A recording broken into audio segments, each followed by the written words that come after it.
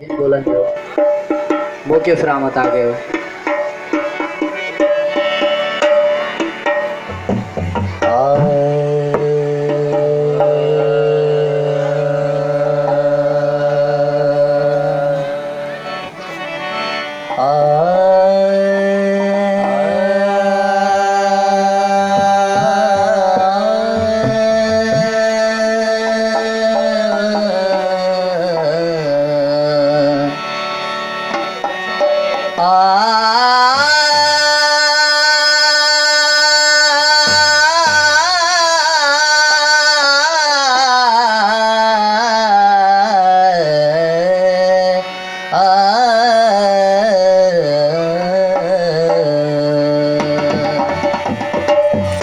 मालिक तू मिठड़ो धनी कादिर रब करीम।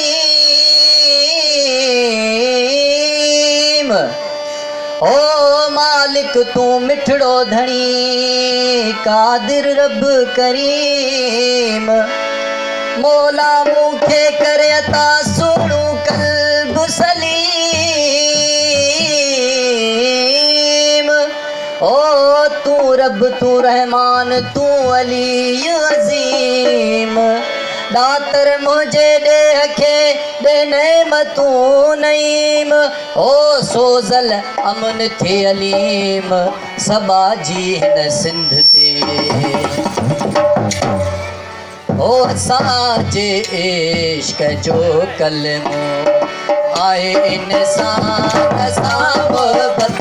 ओ असांजे इश्क जो कलमो आए इंसान सां मोहब्बत। ओ असां राम सां राज़ी। ओ असां राम सां राज़ी रखूं रहमान सां मोहब्बत। ओ असांजे इश्क जो कलमो आए इंसान सां मोहब्बत। ओ असांजे इश्क जो कलमो आए इंसान सां मोहब्बत। ओ असां राम सां राज़ी। ओ असां राम सां राज़ी ओ रखूं रहमान सां मोहब्बत। ओ असांजे इश्क जो कलमो आए इंसान सां मोहब्बत। ओ असांजे इश्क जो कलमो।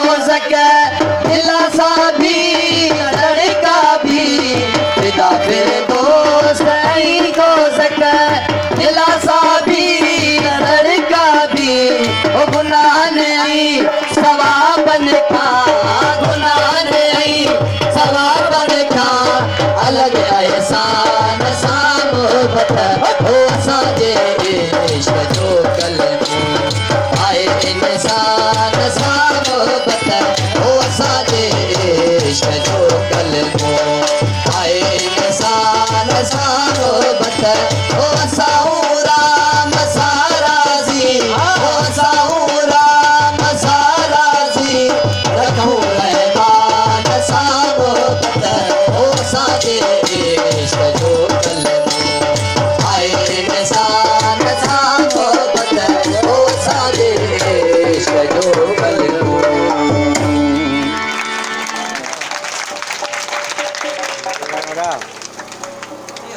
हाँ सही है ओके कर